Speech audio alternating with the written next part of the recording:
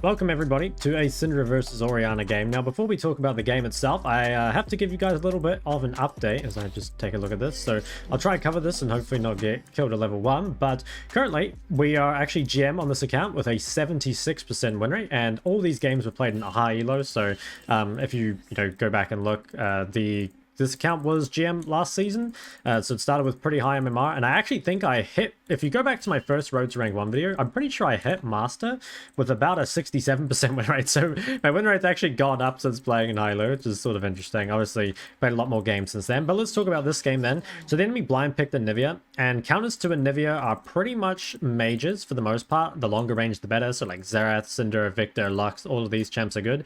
I think a phase rush champ is good versus Leona versus Leona. This guy's name is Leona. Phase rush champs are good versus Anivia as well because you can dodge her rather slow combo, and also it's pretty good post-6 because she can kind of punish your mobile mages post-6. Now Anivia Q is a very long cooldown. I believe it's 12 seconds at level 1, and for that reason a lot of the time you will see Anivia's look to start E instead. I'm not too sure why he started Q. I guess the reason was he wanted to get priority, but it doesn't really make a lot of sense because there's nothing Anivia can do with the priority, and all he's going to do is lose a lot of health for it. So I really don't recommend this. If you're in a losing lane, pushing for priority is like, I don't know, if you can do something with it, it kind of makes sense, but if you're not going to like really hit level 2 anyway, if you're just going to end up with your wave in a cooked position like this, I mean, you can see there's no reason to it, right? Like priority isn't always good. Most of the time it is, but when you're in a losing matchup, I mean, you can see what happens when you push for pride in a losing matchup, right? You do not want to do this because now he can't play the game. So here, I know that I'm a lot stronger than her. I know I'm also ungankable by Wukong at this time in the game, so I'm just going to completely zone him off the wave. Ultra Chad mid lane gameplay right here. This makes me feel so good, by the way. I think this is my favorite part about mid lane. So I have a big wave here, and I want to be able to harass when I crash this, so I'm going to come ward bot side. Now, I was lazy and didn't check where the jungler started, so I'm just going to place the ward on the side that my jungler is pathing to. Possibly it's in the wrong spot, because again, I didn't check where the enemy jungler started, because I was lazy. But this is good. Like, we have some vision to play towards, and as I've said before, like 90% of placing wards is just making sure that you're hugging to the right side. Now we get the phase rush here. Dude, I've been saying for so long that phase rush is so broken. Now this guy's going to chase me, which is really, really annoying, but I have Lee Sin, and there's no way that Anivia can rotate. Actually, this guy has to be careful. Go on me, go on me. I think you're dead, right? See ya. Alright, so that's good. We'll now come and crash this wave. Turns out that ward actually was in the right position, so was good. Lucky for us that he started topside.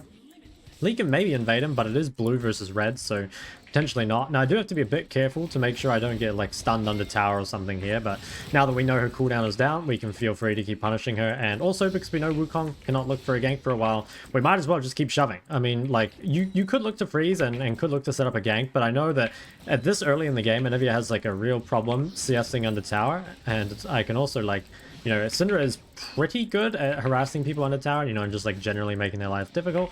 So I'm just saving cooldowns for when she goes for the CS just to make it more guaranteed, and doing a really good job here. I'm just going to keep pushing the wave. It's going to be really, really hard for her. I mean, I'm pretty sure on that wave, like when that wave crashed in her tower, she only got 2 or something. It wasn't very many. So this is like really how mage versus mage normally goes on Syndra. Or I mean, obviously it's not always this easy. Like Anivia having a Q cooldown of 12 seconds, that's really, really long and quite unusual for mid laners. Like 12 is, yeah, very sizable duration. Now Wukong's behind her, so I'm just looking to pop the egg. Oh, so low. Hopefully you can get her egg with Q. Oh, close. Okay, I have to be careful here, but Wukong does not have flash. That's good though. So we got Anivia's egg. I'm just going to place a ward here. Oh, what the? Okay, I didn't even see her. I mean, she wasn't on my screen. She was just above a bit. That was really surprising though. I maybe could have died there. I had no idea Nika was there, but okay, we have the ward on top side. Anivia's pretty healthy now, which we have to be careful of, but the thing is that she's pretty low mana. I can let this wave kind of come back to me now, since I want to be safe from this Nico that's moving around on the map. I might just pop my second potion as well. I'm really a bit worried about getting ganked at the moment because I don't have wards in a great position. So mainly, I mean, I've already kind of built up an advantage. Like you can see I'm going to have a big CS advantage on my first base, and that means we're now looking to kind of use that. That's going to be our advantage, right? We're going to base with more gold spent than Anivia. Now we're going to be in a really good spot. Now this wave is too big to freeze, which is a bit unfortunate, but I mean, ultimately it's fine. So we'll clear this out. Now, I could maybe push this wave, I think I can. So a trick that you can do in Syndra that you can't do in other mages is just throw the cannon under the tower, and that can actually allow you to push cannon waves when normally you wouldn't be able to. Obviously, just make sure you don't miss it. Dude, what is this? I'm getting ganked by the Nico. So it looks like Anivia got her base off without having to TP, which is kind of, you know, annoying, but it's just the reality of how the game went. Like, they pressured me mid a lot. I'm still going to get my base off without having to TP, which is also good. Now, what do we look for here? So you can go boots, you can go chapter. There's a lot of choices, really. I think I will go chapter. I'm probably going to go chapter, yeah, something like this. So you could go tier 2 boots. I mean, tier 2 boots, probably mercs are going to be quite good this game. It's good against Anivia. It's good against Nico. Alternatively, maybe I just go Sorks Banshees. That might actually be better because I am solo AP, so Sorks get a lot of value. Although this guy will go AP later on. But, I mean, it's a while. And yeah, I think the Banshees might do a better job, so we'll kind of think about that. Now, before I walk up to this wave, I'm actually going to come get vision first. Like, walking up that bar, especially when Nico is missing, is pretty scary. Nico is like a creep bot lane or a creep mid lane, because we can see it. Okay, she was a creep bot lane. So now I have a bit of vision on bot side. I didn't manage to get that ward down, but should be fine. Now, versus Anivia post 6, obviously you got to be careful of the wall Q combo. You can cancel her R though with your stun, so that's good. I'm going to try to bring this wave close to me because I want to set up a gank, especially while she doesn't have egg. But if my team starts dragon, I think I'll actually change the plan. So I wanted to set up a gank, but because my team is playing for drag, that means I'm not going to receive a gank, right? And instead I probably want to be able to move to this dragon if possible. Now I don't want to fast push it because like I don't actually need to go to this dragon unless it gets contested, right? All I need is the ability to move there first. And I don't want to shove the wave into her and just give her the entire wave for free. So this is quite advanced wave control where I'm like kind of updating what I want to do with the wave based off like what's happening around me. And honestly, it probably doesn't make that big a difference, but it's like a little optimization that I think can maybe like, yeah, I don't know. It maybe allows you to deny an extra CS here or there, something like that. Okay, this guy is pretty much nothing. So I can get really aggressive here. Anivia is kind of like a modern day Lux at level 6, but I should be able to get this play. Okay, we're making a play on bot side. I should be dead. So I want to try get a ward on this herald because I know that I'm strong enough mid that I can actually force Wukong off the herald, even though normally we wouldn't be able to. What the? Is that worth doing? Okay, Wukong's making a play top, so I'm just going to look to crash this. I'm going to look to hit this plate. She might look for me. Okay, no. I do want to get a ward on herald, but I am going to walk into Wukong. Now, Wukong's level 5, and Anivia can't move. So I think I'm fine, but I'm doing this with full knowledge that I'm walking into Wukong and that Anivia might follow. Yep, there he is. Oh my god, he kind of scared me, to be honest. I could ult him, but he has clone. Just gonna... Oh, now you're dead. What? Why did he do that? Okay, whatever. So I think now I don't need to drop a ward on Herald. Instead, I'm going to drop a ward on Raptors. Oh, hello, Nico. Whoa. Okay, Nico, no flash. So scary. Dude, what's going on? Weird game. So there I decided that because Wukong died, we should secure Herald, which means I can place my ward on the camp instead. I want to get aggressive onto Anivia, but I think she's just going to recall. Now, the annoying thing is she still has TP. And, okay, I was going to say Nico might gank me on this wave. So, when Anivia will TP back on this wave, I'm just going to shove as much as I can because, you know, that's the best thing I can do. And then what I'm going to do is I'm going to come recall here off vision because what I want is I want them to think that I'm possibly pressuring Herald when in reality I'm just basing. So I'm going to ping that I have TP because I have a lot of gold. Now... okay, so this is awkward. So the problem is I don't want to have to fight this with 1500 gold, especially not with my Cassante off the map. So I'm zoning here, but ultimately my main goal is actually just not to die. Like I'm kind of pretending to be strong. Yeah, I like that they contest. And I think I'm probably dead for this. Oh, he kicked Wukong onto me, bro. That's really annoying. Yeah, so I probably should have based in this bush instead of just out here in the open. That's why they couldn't get confirmation on what I was doing. I think I could have lived there if Lee Sin didn't kick the Wukong onto me. So that was pretty frustrating, but I mean, it happens. So here I think I definitely go tier 2 boots. I need to decide if I'm going Banshee second, and I think I am. So I'm going to buy this. And I probably will just buy an Amp Tome, but I'm still going to build Ludens. So I still want to build Ludens, but I just have nothing else really to buy. So I'm just going to have to spend my gold like this.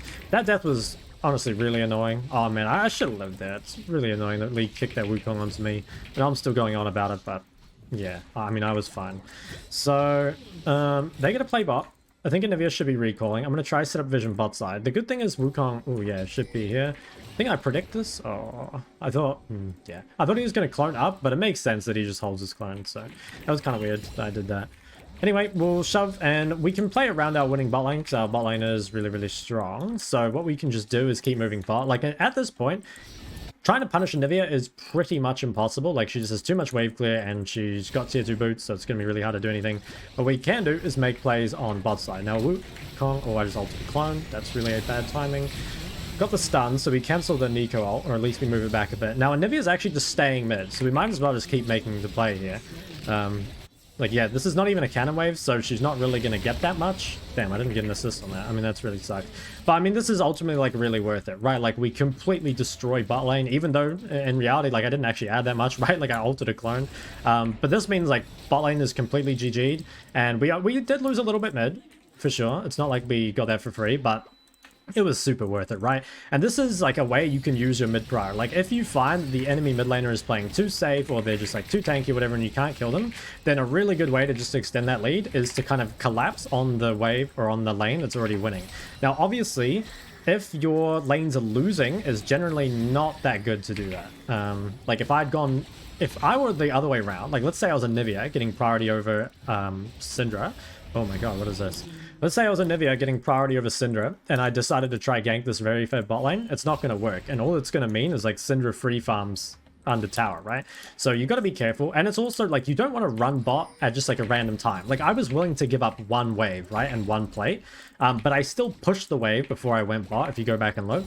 And I also made sure that it wasn't on a cannon wave, so we couldn't take 2 plates. So it ended up being a little bit less than they probably thought. So this game, I mean, it looks really over, to be honest. I don't think there's much to say. This guy is, he's doing his best down here. So what I'll do now is I will just, you know, continue to play the game as normal. Like, try and push up the side lane as far as I can. Pushing up the side lane in mid-game is always much, much easier if you have the winning bot lane, because obviously you get priority over the mid wave, and that allows you to just place wards really deep in their jungle. So yeah, right now it's, like, extremely easy to play the game for me, which is, I mean, hey, never complain about that. Is this guy in here? No. So I have decent vision, and I should be fine just to keep pushing this. I don't actually see anyone on the map. Now, it might be that they're just AFK. Okay, no, they are actually making a play on top side. I was going to say, like, maybe they've just given up and they're not here anymore, but it seems like they're actually still playing. So what I'll do, basically, is, like, I'll try crash waves into tower. Normally, you would look to roam mid and collapse on this, but I think Anivia might actually be undivable. Because again, she has her egg, she has a ton of wave clear. So I think instead, I'm just going to hit the side lane tower. So every time you get the wave to the enemy side lane tower, like try and make the decision of like, what are you going to do with this priority? Like, is it roaming? Is it taking camps? Is it hitting the tower? Is it basing? Just again, try and plan your priority in advance. Here, I know I'm just getting so much gold bot that I'm not really going to look for TPs for these fights at all. I get 600 gold for killing this, which is absolutely massive this early in the game. Dude, this guy... He's been punished for his Anivia blind pick. Anivia blind pick against ganking mid jungle? Not a good idea. It's kind of unfortunate, I think, how much champ select plays a role in high elo. Like in low elo, obviously you can play whatever and get away with it, but in high elo, once people start picking properly, I swear if you blind pick champs it shouldn't be, you get really, really hard punished for it. So this is good. I crashed the wave super far. I'm gonna get my Ludens up probably. I mean, it doesn't really matter what I build now. I guess I'll go Shadow Flame because we're so far ahead. Now here, because this wave is too far away, I'm just going to path mid out of base and look to support the play topside. I do have TP, so in general, you don't want to group with TP, which means like as soon as possible, I want to get back bot. But the bot wave is so far away that I think for now... Okay, this guy's basing, so I'm going to take a mid wave. If he stayed, I would run bot right now. But because he's recalling, I'm just going to shove this. Like, it's just good to try, you know, clear the waves whenever you can. Now, Tryndamere, I think I beat Tryndamere as long as I play around my phase rush well. Can I kill this, or does it just take me too long? I think I can kill it, actually. It does take a little while, but then we'll go down bot. So when we versus Tryndamere, we have to be very careful with how we use our abilities. It's not going to be super easy, to be honest. And I might have to walk the long way around. This Scuttle actually did... Okay, so he shows, so that's good. I don't have to walk the long way. I'll just keep coming bot. Just going to ward this. And I have TP, so if they make a play topside, I'm happy to TP to it. Otherwise, I'll just keep my farm up as per usual. I don't... That's a bit deep. I don't think I can TP to this. I mean, I'll keep looking. You always do this in the side lane. Like, if you have TP, always think about it. Okay, so right now, my jungler's top side, their jungler's bot side, so my main goal is just to survive. They might try and trade out Krugs, so I'm just going to come sit here, and maybe I can choose Wukong. I can't really push because I'm so heavily weak-sided, which is fine. I mean, I'm completely fine to just weak-side and farm up. That's Anivia TP, okay. So I still don't see Tryndamere, I still don't see Wukong. Again, it might not matter because we're so far ahead. Okay, Wukong shows mid, so now we can walk up. As long as I hold my phase rush, I should be fine. I actually don't want to hit him 3 times just to make sure I hold my phase rush, because I know if I have that, he can never kill me. And all I need to do right now is stop Tryndamere from accelerating on the other side of the map, and it should be pretty unlosable. Can he be in here? No. I don't know if I can take that pink, just because if he comes over the wall, it's going to be kind of hard. Just trying to make sure I'm keeping an eye on all these top 5s. I mean, Kaiser's kind of just running around killing everything. Okay, Tryndamere shows mid, so I'm going to keep pushing up. Wukong could be here, but if Tryndamere is not, then it doesn't matter. Although there is a Hex Tech gate, so they can get here pretty quick. And it's a cannon wave. Okay, this might actually be too greedy. Yeah, I don't think I can do the whole wave. I'll just do what I can. Again, like, Lee's making a... Oh, hello. That's so annoying. Should be fine. Phase Rush is the most broken rune in the game. It's actually so good. Like, the thing is, like, sure, you can play games versus, like, ganking junglers and stuff without Phase Rush, but, like, you have to play so well. If you ever make mistakes like I did just then, like, Phase Rush bails you out. And it's the difference between, you know, dying or not. Now, I might just TP on the map. I'm actually going to TP mid, and I'm going to go Shadow Flame second. So here I just TP mid because it's going to take me too long to get on the map and pressure otherwise. And I don't really have a good way of using my TP right now. So I just want to kind of find a way to put TP on cooldown. Because like if you just hold TP all mid game and it doesn't do anything, then you might as well just have a combat stun. Oh my god, I knew he was going to do that. Oh, just as soon as I saw him going for the blast cone. Okay, so I don't have stun and I don't have phase rush. So I'm going to walk the long way around just in case Trin goes for me. Okay, goes that way. And yeah, I'll keep pushing mid. So while Kaiser is top, I kind of have control of the mid wave. And yeah, I mean, obviously it's like a super one-sided game, right? But that's not a reason to kind of like skip steps or play the game weirdly. Like, again, the game plays out like pretty much the same every time. Like, obviously there's different like steps and stuff when you're ahead versus when you're behind. But like, there's no secret, I guess, way to play when you're really far ahead. Other than maybe being like a bit greedier than normal. But I mean, for the most part, you can just play the game by the numbers or like the way you normally play it, and it'll kind of work out. Oh, I didn't place my Q. So Wukong's there. I do not have flash. I need to be a tiny bit careful. I mean, Wukong's the only real threat to me. So as long as I stay away from him, I should be fine. I actually defended that ward. I thought they were going to get it. Now here, I could go top, but I kind of don't want to. Like, I don't have TP. I think it'd be better if Cassante matched. I don't really want to be on the weak side with no TP, because then I can't TP to the play or I can't TP on the map. Here, like, while all the team is bot side, it makes sense for me to be on bot side because, you know, I don't have TP. So I kind of want to be next to them. Now, eventually they might swap top, in which case I will have to swap as well. I hope you can see, by the way, like I said this in another video, but I actually just stare at the mid game, or the mini map, pretty much the whole mid game, because there's just nothing else to do. For the most part, it's just like, outside of like dragon fights, it's just kind of macro. And the thing is, like with solo queue, there's kind of like, every 5 minutes past the early game plays out pretty much the exact same. Like there's a dragon fight, right? And then there's like 4 minutes of farming, and then there's like 1 minute of like resetting and setting up for dragon and just like, you know, all that sort of stuff. And then there's the actual dragon fight, and then like the 5 minutes begins again. What you do outside of like that dragon fight and everything else is pretty much up to you. Like you can just farm as much as possible, play as selfishly as possible, but like that 1 minute before dragon spawns, and obviously the dragon fight itself, that's when you need to be like at the fight. I'm gonna agree to this. How broken is phase rush though? So I just zoomed underneath them there. That's pretty good. I think I still will go Shadow Flame. It probably is safer to go something like Banshees, but it's fine. Wukong's in base, so we should be fine to keep pushing. Oh, Tryndamere is here. I'm just gonna clear this wave and then run. I might actually run mid. No, I'm not gonna run mid. So I have too much gold, so I probably want to just get off the map. Look at me trying so hard when the game's just completely done. I'm just, you know, I just always play the same. I just make sure to play it out properly. So we'll go for Shadow Flame here. Kind of awkward because I have a lot of gold left over. I could buy 2 rods. No, it's probably not as good. Well, we'll go this for now. I don't know why they have not FF'd. Anyway, the game goes on. So I'll come take this blue. I'll deploy to top side. I have TP in 15, so I should be fine to play side lane however I want at the moment. We could start Baron. I think it is a little bit tankier now, but honestly, like, we're so far ahead. This guy's 11-0. It shouldn't be any problem whatsoever. So I'll pink this, and the thing with Syndra is that you have the choice between zoning or DPSing Baron. Like, you can actually do either. So what I'm going to do is I'm going to come sit over the wall, try to do my best to DPS, but if anyone comes closer, I'm going to start dropping orbs on the ground and then just try stun them off it. So I don't see any universe in which they're able to contest this, but again, just like kind of ticking the boxes, playing the game the way it should be played, and like if you do that, whether you're ahead or behind, it's going to give you a really good chance of winning the game.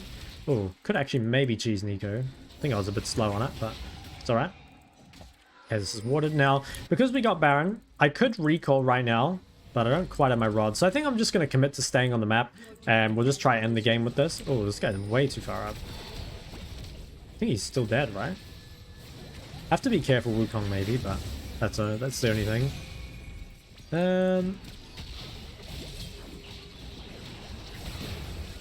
Okay, not bad. Now I'll go mid. All we need to think about is Wukong engage, but we have flash, so it shouldn't be a problem whatsoever. Let's come shove this. Okay, so yeah, I mean, the game is pretty much over. There's nothing really to talk about because Jinx has been AFK for a while. I guess we'll just push through bot and end the game, but hopefully you guys still learned at least something from this game. I think the early game was still pretty interesting, like how the laning phase went and like playing around the jungle and stuff like that. So hopefully there was still at least some things to learn from. Did I even take this? Maybe we just end. Yeah, let's just end.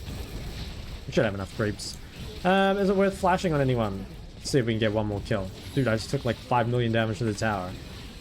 Now they'll get baited onto me. Okay. Oh my god, I'm 1 health. Let's not ruin the KDA. Creeps might kill me. Okay, I think we just end. No, I'm actually gonna die to creeps. Kill them. My team's just farming them, but I want to end. Alright, GG. I mean, yeah, like I said, very one-sided game. I think laning phase is definitely something for you guys to look at. There's probably some pretty interesting stuff there. What else? I mean, playing the side lane I think was still good. Like, I think this was a good game of kind of knowing how to play weak side versus strong side, because a lot of the time, even if your team is winning really hard, that doesn't mean you can always push the side lane. You still need to kind of think about when you're pushing and when you're not. Oh, I just remembered that my one death was this dude kicking Wukong into me. So annoying. Well, on to the Kai'Sa. I think she kind of won me 9 this game. Ultimately, like, I didn't have to do much, right? Like, I gapped mid for sure. But it's like, would it have made a difference? Honestly, if your bot lane wins this hard, I don't really think so. But I mean, win rate is still looking really good. 38 wins to 12. I mean, I'm super happy with that. We're 50 games. Dude, like, this is the highest win rate I've had in a long time. Honestly, just, I feel like I've been playing super focused. Not even, like, playing super well. Like, I'm still making plenty of mistakes, but just the focus seems to be making a big difference. But anyway, hope you guys did enjoy this one. It was, should teach you a thing or two about mage versus mage laning, and how to use, like, your wave control, and how to make those small adaptations. If you did like the video, go ahead, like, and subscribe. I'll see you guys in the next one.